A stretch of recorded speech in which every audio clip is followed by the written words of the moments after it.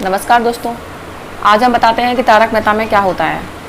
वो तीनों चारों पांचों आपस में उसमें पुल के पास मिलते हैं। पोपटलाल और बाबूजी और चिंतामणि और जेठालाल आपस में बातें करते हैं कि अब हम क्या करें, हमें तो इस पासवर्ड का पता ही नहीं है, उसने चेंज कर दिया है, अब हम क्या कर सकते हैं। तो वो आपस में बातें कर रहे होते हैं। तो पोपटलाल बोलता है कि अब इस जानकारी के लिए हमें तीनों चारों लोगों पे निगाह रखनी पड़ेगी। तो बोलता है तीनों चारों किस पे, कि जो होटल का वो है मैनेजर उस पे, और जो रिसेप्शन है उस पे, और जो वेटर है उस पे, और जो एक उनकी वो रहती है रिसेप्शन पे बैठती है एक और, उसके साथ में उस पे चारों पे निगाह रखनी पड़ेगी।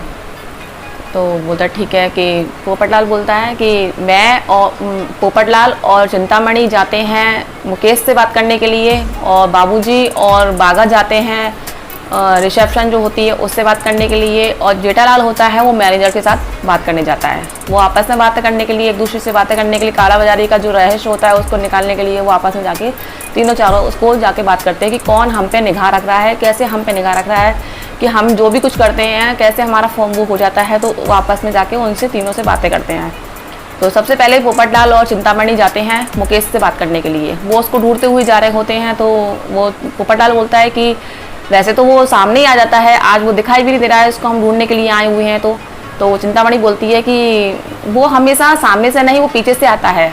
तो पोपटलाल बोलता है कि पीछे से कैसे देखा जाएगा, कि मैं आगे से तुम आगे से देखो, मैं पीछे से देखती हूँ। फिर उसको बोलता है कि ऐसे नहीं देखा जाता है। तो वो वहाँ से उठ के फिर क्या करते हैं, चलो पहले उसमें चलते हैं, रेस्टोरेंट में चलते हैं, वो रेस्टोरेंट मिलेगा। तो वो दोनों जने रेस्टोरेंट में जाते हैं, उसको वहाँ देखते हैं, वो वहाँ पे भी नहीं दिखाई देता है। फिर वो पीछे से एकदम से आके पोपटलाल को बोलता है, सर आप यहाँ कैसे। तो पोपटलाल एकदम से उस पर सोफे पे गिर जाता है। वो बोलता है, अरे बेटा पीछे से आके आवाज़ नहीं देनी चाहिए।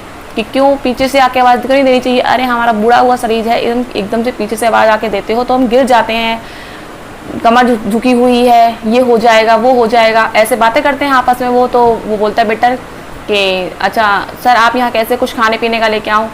कि नहीं मुझे खाने पीने का नहीं चाहिए, आज हम आपसे ही तुमसे ही बात करने आए हैं, मुकेश से ही बात करने आए हैं।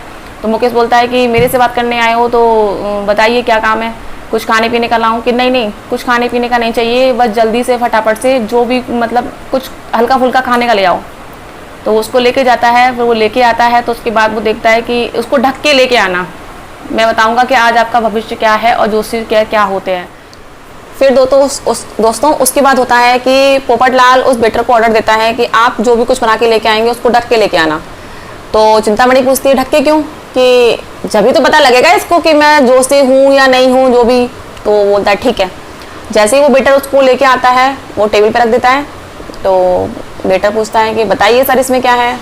तो पोपटलाल काफ़ी देर तक सोचता है, फिर बताता है, सोचता है, फिर वो एकदम से बोलता है कि इसमें सा से कुछ है, सा नाम से कुछ है। तो वो एकदम से बोलता है कि इसमें सैंडविच है।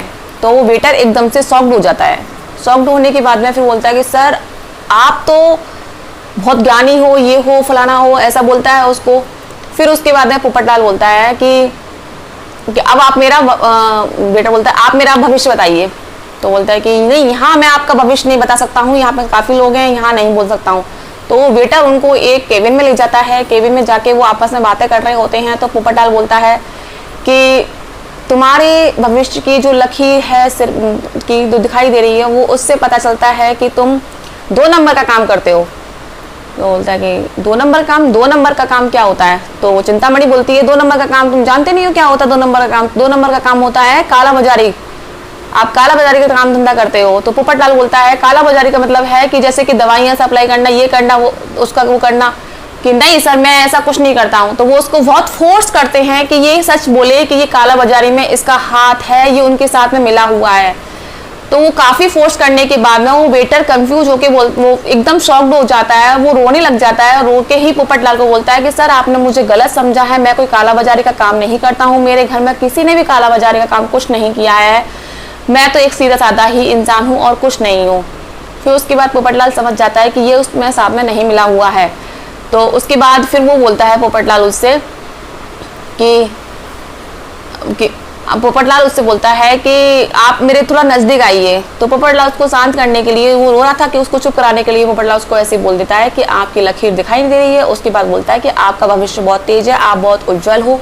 इसके बाद देखते हैं। उसके बाद दोस्तों पोपटलाल वेटर से बहस करता है और वो बोल देता है कि तुम अच्छे इंसान हो। तो उसके बाद वेटर चला जाता है। फिर चिंतामणि और पोपटलाल आपस में बातें करते हैं कि ये काला बाजारी के उसमें साथ में नहीं है, ये बिल्कुल ईमानदार व्यक्ति है। उसके बाद फिर पोपटलाल बोलता है कि ये ईमानदार व्यक्ति है तो फिर अब बचे मैनेजर और वो रिसेप्शनिस्ट दीप्ति। अब उन दोनों पे निगाह रखनी पड़ेगी कि उन दोनों में से कौन हो सकता है। चलो मैं चाचा जी की तरफ, चाचा जी से बात करता हूँ कि चाचा जी ने दीप्ति के बारे में देखो क्या खोज निकाली है। चाचा जी और बागा दीप्ति को पार्क में इंतजार कर रहे होते हैं उसका, तो वो काफ़ी देर तक दिखाई नहीं देती है। वैसे उस जब भी उनको आसपास कभी भी कहीं दिखाई दे जाती है। फिर बागा बोलता है कि कहीं ना कभी तो बाद कल बताएंगे आपको कि तारक मेहता में क्या होता है।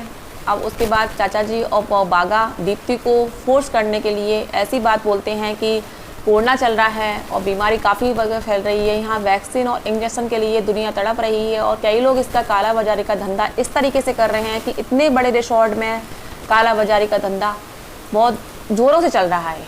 आइए बताएंगे कल आपको कि तारक मेहता में क्या होता है। हमारे चैनल को लाइक कीजिए, सब्सक्राइब कीजिए, कमेंट्स कीजिए, शेयर कीजिए। चलो।